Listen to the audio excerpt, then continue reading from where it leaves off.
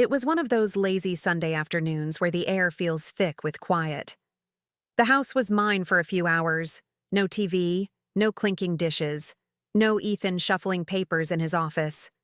Just me, the faint hum of the ceiling fan, and the soft scent of lavender from the polish I'd been using all morning. I moved through the living room like I always do, straightening cushions that no one but me notices are crooked, dusting corners that probably didn't need it, but gave me a strange sense of control. My hands eventually drifted to the bookshelf, our little museum of shared moments, novels bought on vacations, gifts for birthdays, the odd impulse buy from airport shops. I started pulling books down one by one, giving them a quick dust, flipping through a few pages just for the feel of it. My fingers landed on one of Ethan's newer ones, a sleek hardcover he'd picked up a couple of months ago. He'd made such a point of saying he couldn't wait to read it, but I hadn't seen it move from the shelf since. I told myself I'd just checked the first few pages, nothing more. But the moment I cracked it open, something slipped out and fluttered to the floor like it was trying to escape. I bent down and picked it up. A small folded piece of paper, neatly creased, almost delicate. It wasn't a receipt or some scrap of notes like I expected. It was heavier somehow, the paper soft and worn at the edges. When I unfolded it, I saw handwriting, looping, deliberate, and far too personal to be mine. To the man who stole my heart and keeps it beating, forever yours, M. My hands went still. My pulse didn't. I read it again, and again. Each time, the words seemed to get louder in my head. For a moment, I just stood there, staring at the page like it might rearrange itself into something harmless if I gave it time. But no. Those words were etched with certainty, each letter dripping with intimacy I hadn't felt from Ethan in longer than I wanted to admit.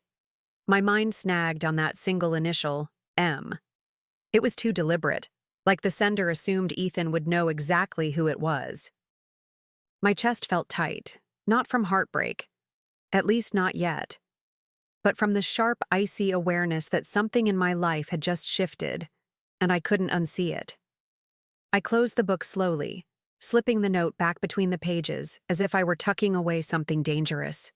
The irony hit me, a love note hidden in a novel we'd both walked past 100 times. I placed it back on the shelf, my hands steady in a way they shouldn't have been. I didn't know what to do next, but I knew I wasn't going to call him and ask. No, not yet. Asking meant tipping my hand. And if there was one thing I learned in my life, it's that you don't go into battle without knowing the terrain. The afternoon light spilled through the curtains, warm and golden, mocking me with its calm. I picked up the dust cloth again, pretending to clean, but my head was somewhere else entirely. The way Ethan's voice had sounded tired lately. The nights he came home smelling faintly of cologne that wasn't his. The vague, working late texts. All these moments I had brushed off now lined up neatly in my memory, forming a picture I didn't want to recognize. I didn't know who M was yet, but I knew this wasn't going to stay a mystery for long. I sank onto the couch, the fabric cool against my skin, and let the book sit on the coffee table in front of me. It looked innocent there, like it wasn't holding a grenade between its covers.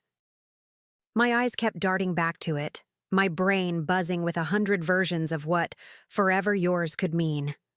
A slip from an old friend? No, that kind of tenderness doesn't belong to friendship. A joke? Impossible. Ethan doesn't do romance as a punchline. My gut told me the truth, even if my mouth wasn't ready to say it yet. I reached for my phone, instinctively tempted to scroll through his messages. But I stopped myself. This wasn't the time for a sloppy search that could leave digital footprints. If I was going to confirm what my heart already suspected, I had to be methodical. I pressed the phone back onto the table and instead walked to the window, pulling the curtain slightly to let more light in, as if brightness could help me think clearer. Somewhere out there, Ethan was going about his day, completely unaware that his little secret had just landed in my lap. My reflection in the glass caught my attention. I didn't look devastated. I looked alert. Sharper somehow. Maybe that was the surprise in all this, the absence of immediate heartbreak. This wasn't a scene from a melodrama where I collapse in tears. This was something quieter, colder, steadier.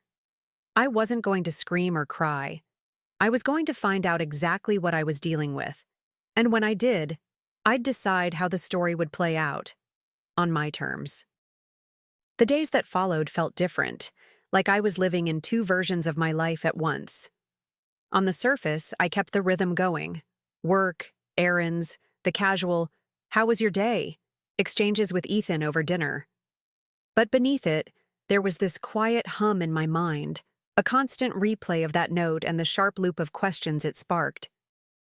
I became hyper-aware of every small thing.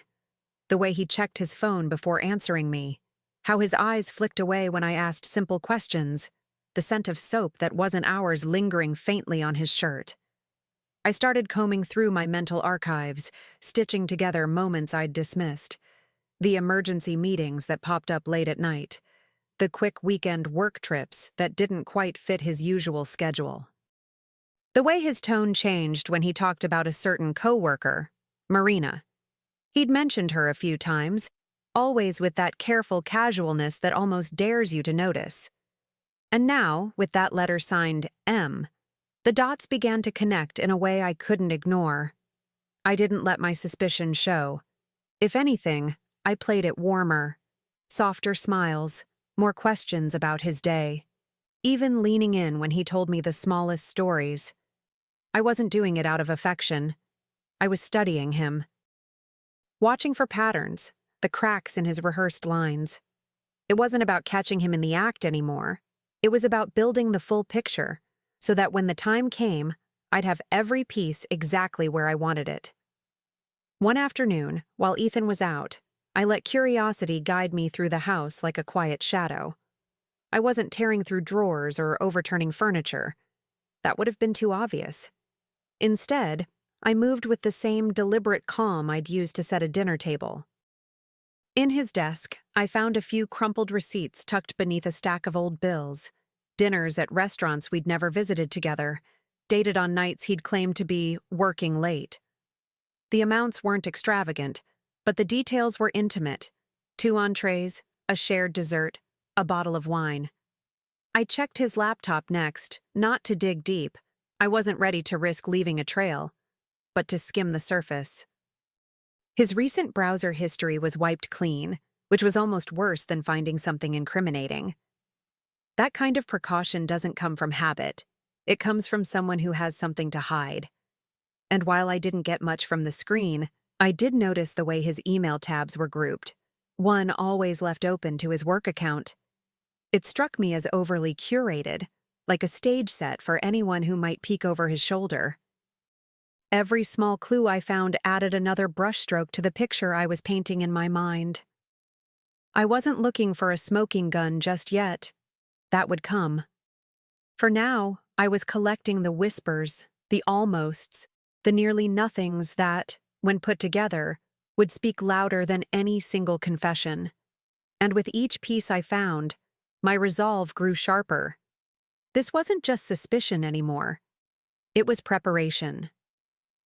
That night, I lay in bed beside Ethan, listening to the steady rhythm of his breathing. He looked peaceful, almost boyish in his sleep, and for a fleeting moment, I wondered if I was imagining it all. But then I pictured that note again, the looping "forever yours," and the thought dissolved like sugar in hot tea. My mind drifted to Marina, the way her name always seemed to slip out of his mouth with a softness he didn't use for others. It wasn't proof, but it was enough to keep me awake longer than I wanted. In the darkness, I made a silent promise to myself. I wouldn't confront him empty-handed. I wouldn't give him the chance to lie his way out of this or twist the story so I looked like the paranoid wife. If he was cheating, I'd have evidence so undeniable that even he wouldn't be able to spin it. My weapon wouldn't be rage. It would be precision. quiet, steady, calculated. By the time the first hint of morning light filtered through the blinds, I had a plan forming. I knew who to call, where to start, and how to move without tipping him off. The game had begun, and I wasn't about to lose. I didn't have to think long about who could help me without asking too many questions. Claire, an old friend from college, worked at a cafe right across the street from Ethan's office. We hadn't spoken in a while, but the moment I called, her warm laugh spilled through the line like no time had passed. I didn't dive into the full story, just said I needed her eyes on something. She didn't hesitate. "Consider it done," she told me, her voice shifting into that no-nonsense tone she used when she meant business. Over the next few days, Claire's updates came in like breadcrumbs. Quick texts about seeing Ethan walking with someone. A blurry photo of the back of a woman's head. Long, dark hair spilling over a beige coat. And then, one afternoon, she sent the image that made my stomach flip.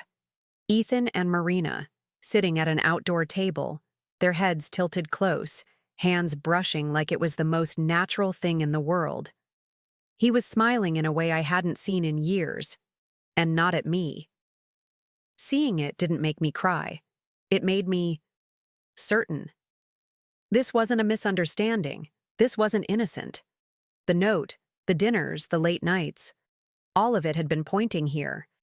And now I had proof. Real proof. The kind that couldn't be denied, no matter how skilled a liar tried to spin it. Once the first photo came, more followed. Claire seemed almost protective now, sending me everything without filter. Ethan leaning across the table to brush something from Marina's hair, their fingers laced together as they crossed the street, that lingering kiss by his car before she walked away. Each image was another nail in the coffin of whatever marriage I thought I had. And yet, with every new detail, I felt less like a grieving wife and more like a strategist collecting intel for a final decisive move. I started a folder, nothing dramatic, just a neatly labeled one on a hidden drive. Inside, I placed the pictures, scans of the receipts, even a photo of the book with the note tucked inside. I made sure everything was dated, clean, and undeniable. If Ethan ever thought he could gaslight his way out of this, he'd be sorely mistaken. I wasn't going to give him a single inch to twist the truth. At night, I'd glance at that folder and feel the weight of it. Not the emotional weight. That had begun to dissolve. But the power it held.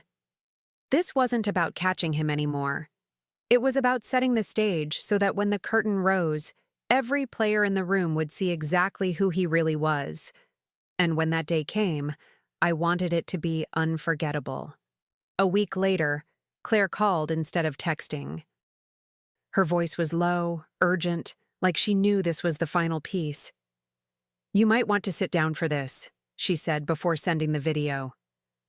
I pressed play, and there they were, Ethan and Marina, standing on the sidewalk outside a small bistro, laughing like they didn't have a care in the world. Then, without hesitation, he cupped her face and kissed her like it was a promise. Not a quick peck, not a mistake. A kiss that belonged to two people who had been crossing lines for a long time. I watched it twice, maybe 3 times, not to torture myself, but to study it.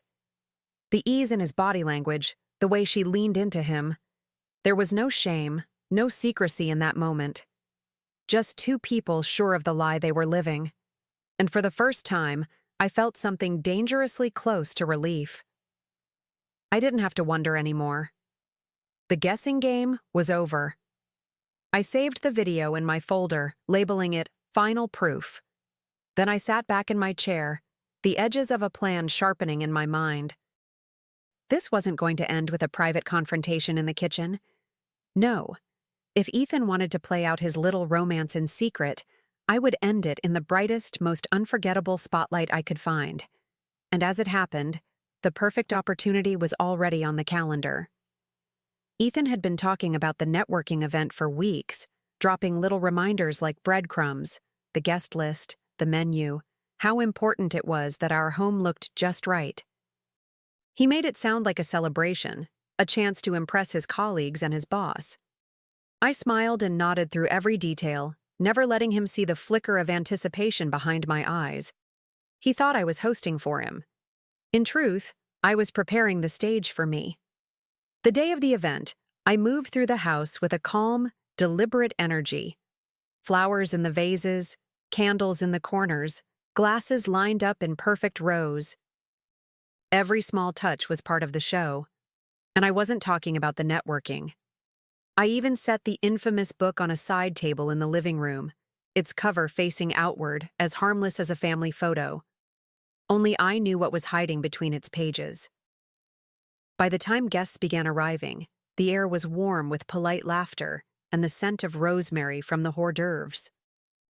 Ethan played the charming host, shaking hands, making introductions, weaving through the room with that easy confidence I used to admire. I stayed close enough to watch him, far enough that he couldn't read what was in my mind. Because tonight, the truth wasn't going to whisper from a folded piece of paper. Tonight, it was going to roar. It happened naturally, like the room itself leaned in to listen. A lull in conversation, glasses clinking softly, everyone gathered in small clusters. I stepped forward, my hand resting lightly on the book's spine. "If I could have your attention for just a moment," I said, my voice warm enough to keep them from suspecting what was coming. Faces turned toward me, curious, polite, waiting. Ethan, mid-laugh with a colleague, glanced over and smiled like he was proud of whatever gracious hosting he thought I was about to do. "I'd like to share something personal," I began, flipping open to the first page. A love note, the sweetest one I've ever read, in fact. Unfortunately, it wasn't written to me. The room shifted. A few raised brows, an awkward chuckle or two. Ethan's smile froze, just for a second. Then I read it aloud, each word of the dedication rolling off my tongue slow enough for everyone to absorb. "To the man who stole my heart and keeps it beating. Forever yours, M." The silence that followed wasn't empty. It was charged. I could feel eyes darting between Ethan and me, whispers beginning to thread through the group. I closed the book with a soft thud, then reached for my folder, pulling out a neatly printed photo. Ethan and Marina, hand in hand. I held it up just long enough for the nearest guests to see before passing it to the next. By the time it reached his boss, the murmur had turned into a ripple of disbelief. Ethan's voice cracked the silence, low at first, then sharper. "Laura, what are you doing?" But I didn't answer him. Not yet. I simply smiled, the kind of smile that says, "I know exactly what I'm doing." I let the photos circulate, let the truth make its slow, deliberate circuit through the room. His colleagues avoided his eyes, some shifting uncomfortably, others watching with a mix of pity and fascination. His boss lingered on the images a beat too long before handing them back, expression unreadable but heavy with judgment. When I finally met Ethan's gaze, his face was pale, his mouth opening and closing like he was searching for a script he hadn't rehearsed. "It's not what it looks like," he started, but the line landed flat in the air between us. I tilted my head, almost as if I might humor him, then set the book down on the coffee table, right beside the untouched wine glasses. "You're right," I said evenly. "It's worse." A few gasps broke out, sharp and quiet, like the sound of glass cracking. I didn't raise my voice, didn't throw anything, didn't cry. I just stepped back, letting the weight of the moment crush him from every angle. The photos, the note, the audience. This wasn't a fight in private. This was exposure. And as the room buzzed with uneasy chatter, I turned toward the kitchen, knowing the damage was already done and the story was no longer his to control. The morning after the event, the house felt strangely hollow, like the echoes of last night's murmurs were still clinging to the walls. Ethan had left early, no doubt trying to salvage what was left of his reputation at work. I didn't ask where he was going, and he didn't offer. That suited me just fine. My coffee tasted richer than it had in weeks, the air lighter without the need to pretend. The confrontation wasn't just a release, it was a turning point. By Monday, I was sitting across from my lawyer, sliding the folder across his desk. He leafed through the photos and receipts in silence, his brows lifting slightly when he reached the dedication in the book. "This," he said, tapping the page, "is gold." It wasn't romantic gold, of course. It was leverage. The kind that could turn a messy separation into a clean, favorable split. I left his office with paperwork already in motion, each signature another nail sealing this chapter shut. News travels fast in offices, especially when humiliation is involved. By midweek, I'd heard from a mutual acquaintance that Ethan's affair was the main topic of whispered conversations near the coffee machine. Marina, it seemed, didn't have the stomach for the fallout. She'd ended things, leaving him not just exposed, but alone. I didn't gloat. I didn't need to. Watching the dominoes fall from a distance was satisfaction enough. The weeks that followed were quieter, but they carried a strange kind of energy, the kind you feel when you've finally put down something heavy you've been carrying for too long. I started reclaiming the house, piece by piece. The bookshelf was the first to change. I pulled his novels down, boxed them up, and filled the empty spaces with titles I'd been meaning to read for years. The book with the note? I didn't burn it, like some dramatic gesture. I kept it. Proof, and a reminder that I would never again ignore the quiet signs.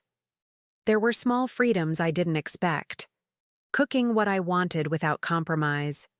Playing my music in the mornings without headphones, stretching across the whole bed without worrying about someone else's restless legs. These weren't grand acts of reinvention, but they felt like tiny rebellions, each one reclaiming a little more of me. And slowly, I realized I didn't miss Ethan.